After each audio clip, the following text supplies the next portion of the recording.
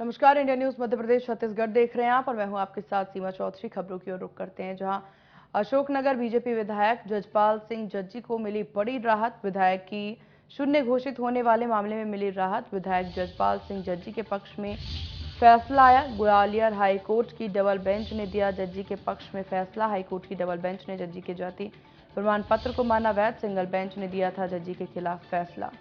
9 दिसंबर 2022 को जज्जी की विधायकी हुई थी शून्य घोषित। जज्जी पर एफआईआर दर्ज करने का दिया था। अपडेट के साथ हमारे संवाददाता हितेंद्र हमारे साथ फोन लाइन पर। हितेंद्र, पूरे विषय को लेकर के क्या अपडेट सामने आ रही? देखिए सीमा जी, ये बहुत बड़ा मामला है और चर्चित भी है, क्योंकि मध्य प्रदेश भर की राजनीति में इस समय अकेले वो विधायक हैं जिनकी विधायकी को लेकर खतरा मंडराया हुआ था। और ये मामला पिछले दिसंबर से ही कोर्ट में था। दिसंबर महीने में मध्य प्रदेश की सिंगल बेंच ने जो है इनके खिलाफ एक आदेश दिया था, जिसमें इनकी जो अनुसूचित जाति का प्रमाण पत्र है उसे अवैध मानते हुए विधायकी शून्य घोषित कर दी थी। साथ में एफआईआर दर्ज करने का आदेश भी दिया था।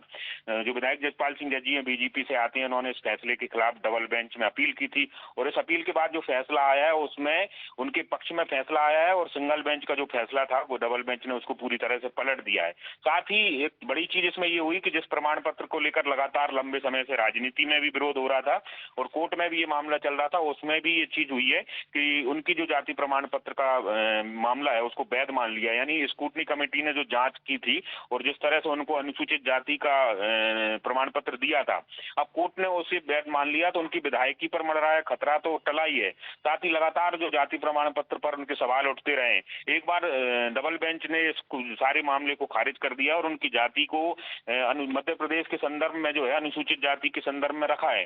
तो उस हिसाब से देखा जाए तो चूंकि ये मामला बीजेपी के ही दूसरे जो विधायक हैं, पूर्व विधायक, उन्होंने लगाया था और जब ये चुनाव हुआ था उस समय जजपाल सिंह जज्जी कांग्रेस के विधायक हुआ करते थे और बाद में जब लगभग सिंधिया जी के साथ कुछ 28 विधायक जब सरकार पलटने के बाद बीजेपी में शामिल हुए और दूसरी बार चुनाव भी लड़े, जीते भी, तो तब से ये चीज और ज्यादा गहरा गई थी।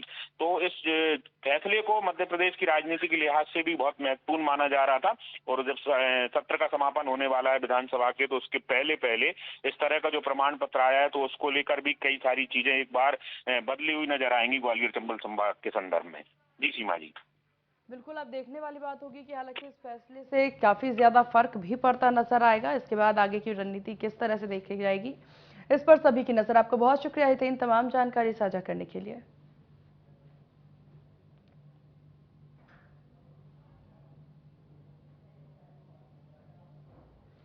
तो विधायकी शून्य घोषित होने मामले में बड़ी राहत मिली।